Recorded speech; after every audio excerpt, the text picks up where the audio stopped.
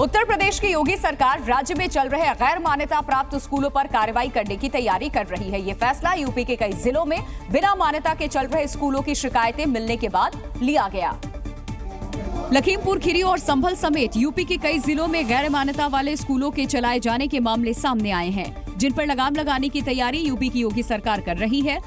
UP की माध्यमिक शिक्षा मंत्री गुलाब देवी ने गैर मान्यता प्राप्त स्कूलों की संचालन की शिकायत मिलने पर उनके खिलाफ कड़ी कार्रवाई के निर्देश दिए हैं। ये हमारे संज्ञान में आ जाएगा कहां कहां पर चल रहे हैं, तो वो उचित कार्रवाई होगी जिससे कि इस प्रकार की शिकायतें दोबारा से न मिले। वहीं जी मीडिया संवाददाता ने जब माध्यमिक शिक्षा मंत्री गुलाब देवी को बताया कि उनके गृह जिले संभल में ही 200 से ज्यादा गैर मान्यता प्राप्त स्कूल चलाए जाने की जानकारी सामने आ रही है, तो उन्होंने ऐसे स्कूलों पर तुरंत कार्रवाई के निर्देश दिए। आप हमारे संज्ञान में लाए हैं, हम इस पर उचित कार्रवाई करेंगे और तत्काल कार्रवाई करेंगे। वहीं इलाहाबाद हाईकोर्ट ने भी एक जनहित याचिका पर सुनवाई करते यूपी में चल रहे गैर मान्यता वाले स्कूलों और उनके खिलाफ की गई कार्रवाई को लेकर यूपी सरकार से जवाब तलब किया है और 4 हफ्ते में डिटेल रिपोर्ट मांगी है, जिस पर इलाहाबाद हाईकोर्ट 24 जुलाई को सुनवाई करेगा। नीट पेपर लीक मामले में सीबीआई ने अपनी जांच तेज कर दी है। पेपर लीक केस की तह तक पहुंचने के लिए सीबीआई ने गिरफ्तार किए गए सभी 16 आरोपियों को आमने सामने बिठाकर पूछताछ की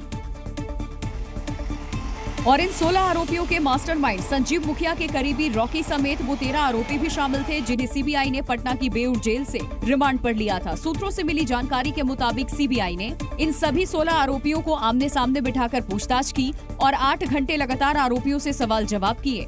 आमने सामने की पूछताछ में आरोपी रॉकी, सनी और रंजीत को भी बैठाया गया। सीबीआई ने इस दौरान आरोपियों से अभ्यर्थियों से लिए गए 40 लाख रुपए के हिसाब के बारे में पूछा। बताया जा रहा है कि सीबीआई को आरोपियों से आमने सामने की पूछताछ के दौरान कई अहम जानकारियां हासिल हुई हैं और फिलहाल सीबीआई इस बात का पता लगाने में जुटी है कि परीक्षार्थियों से लिए गए 40 लाख रुपए आखिर किस बैंक खाते में भेजे गए। वहीं दूसरी तरफ सीबीआई को पेपर लीक केस के मुख्य आरोपी संजीव मुखिया की भी तलाश है, जिसके लिए बिहार और पश्चिम बंगाल समेत कई राज्यों में छापेमारी की जा रही है।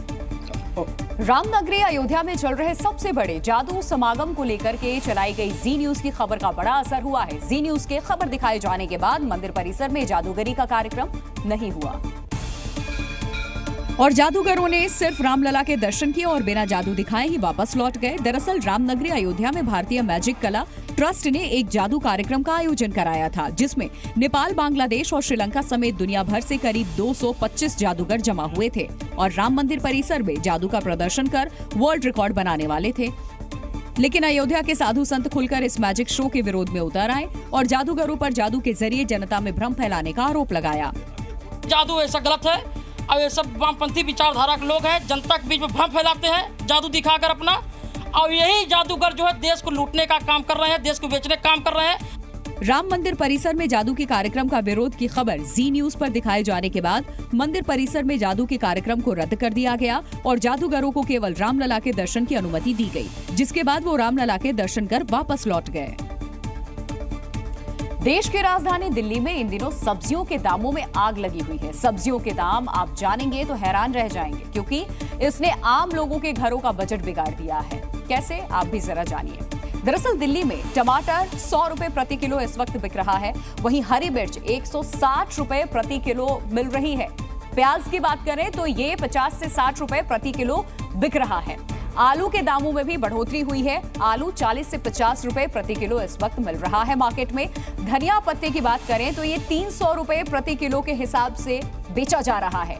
वहीं बीन्स 200 रुपए प्रति किलो और फूलगोभी 160 रुपए प्रति किलो सब्जी मार्केट में मिल रही है। वहीं अदरक 280 रुपए प्रति किलो दिल्ली में मिल रही है और इसके अलावा लहसुन 280 रुपए प्रति किलो के भाव से इस वक्त दिल्ली के सब्जी मंडी में बेचा जा रहा है। तो आप अंदाजा लगा लीजिए कि आखिरकार महंगाई का स्तर क्या है। पहले जो टमाटर 40 रुपए प्रति किलो मिला करते थे, 2 हफ्ते में टमाटर के दाम में 2 गुना इजाफा हुआ। महंगी सब्जी से सिर्फ दिल्ली के लोग ही परेशान नहीं हैं, बल्कि राजस्थान की राजधानी जयपुर में भी महंगी सब्जी आम लोगों के घर का बजट बिगाड़ चुकी है। टमाटर हो या आलू, इन दिनों सब्जियों के दाम आसमान छू रहे हैं। राजस्थान की राजधानी जयपुर में भी लोगों के जायके का स्वाद बिगड़ रहा है। इसकी वजह है सब्जियों के महंगे दाम। जयपुर में इस वक्त जो सब्जियों का भाव है उसमें टमाटर 100 रुपए किलो, भिंडी 120 रुपए प्रति किलो, तोरी 160 रुपए किलो, टिंडा 240 रुपए किलो और अदरक 200 रुपए किलो के भाव से बिक रहा है। सब्जियों के बड़े दाम ने लोगों को भी त्रस्त करके रख दिया है। तो ध्यान देना चाहिए इनको व्यवस्था पर, कम से कम सब्जियों पर तो देखना ही चाहिए, लगाम लगानी चाहिए। इनफैक्ट टमाटर इतने सोच सोच के लेने पड़ते हैं। आजकल सेलेक्ट करते हैं क्या सब्जी बनाएं क्या खाएं। इवन फ्रूट्स भी, फल भी बहुत तेजी से महंगे हो रहे हैं। वहीं विक्रेता सब्जियों के दाम बढ़ने के पीछे बाढ़ बारिश को वजह बता रहे हैं। टमाटर भाई साहब जो है बरसात में खराब हो गया माल, आगे से महंगा आ रहा है और रास्ते में माल टूट जाता है। उसका कैमरा फेंकिए, देखो माल कितना सड़ा हुआ निकल रहा है। इसलिए टमाटर 100 रुपये मंडी में बिक रहा है। जिस तरह से सब्जियों के दाम बढ़ रहे हैं उससे मध्यवर्गीय परिवार तो परेशान है, वहीं गरीब की थाली से तो सब्जी भी अब गायब सी हो गई है। तो सब्जी के दाम में बढ़ोतरी होने के बाद अब मंडी में चोरी की वारदात भी बढ़ने लगी है। ताजा मामला पंजाब के लुधियाना से आया है। वहां एक स्कूटी सवार ने सब्जी मंडी में चोरी की, जिसका वीडियो भी सामने आया। वीडियो में युवक स्कूटी को रोककर इधर उधर देखता दिखाई दिया, जिसके बाद वो बड़े आराम से मंडी से 2 क्रेट को उठाकर अपनी स्कूटी पर रखता नजर आया। क्रेट्स टमाटर की बताई जा रही हैं, जिन्हें ये चोर अपनी स्कूटी पर रखकर मौके से फरार हो गया। युवक की करतूत पास में लगे सीसीटीवी कैमरे में कैद हो गई। दरअसल टमाटर के दाम 40 रुपए से बढ़कर 100 रुपए किलो तक पहुंच गए और बाकी सब्जियों का भी लगभग यही हाल है, जिस वजह से सब्जियों की चोरी की वारदातों में भी बढ़ोतरी हो गई है। चोरी का वीडियो सामने आने के बाद सब्जी मंडी के सभी दुकानदार और कमीशन एजेंट्स की चिंता बढ़ गई। हालांकि दुकानदारों के सामान को सुरक्षित रखने की जिम्मेदारी मंडी बोर्ड की होती है, लेकिन बोर्ड इन घटनाओं पर आंखें मूंद कर बैठ गया। विवादों में घिरी महाराष्ट्र कैडर की आईएएस अधिकारी पूजा खेडकर लगातार सुर्खियों में है। अब पुलिस ने पूजा खेडकर की ऑडी कार भी सीज कर ली है और उसे लेकर थाने में खड़ी कर दी। साथ ही गाड़ी पर लगाई लाल बत्ती भी उतार दी गई है।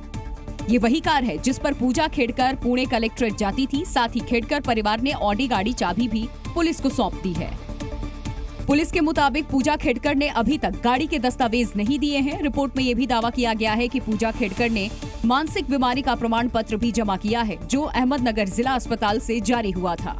पूजा खेडकर नाम की सनदी अधिकारी की दिव्यांग प्रमाण पत्र के लिए जांच जिला अस्पताल अहमदनगर में 2018 साल में हुई थी। उस समय उसको लो विजन के लिए दिव्यांग प्रमाण पत्र जारी किया गया था।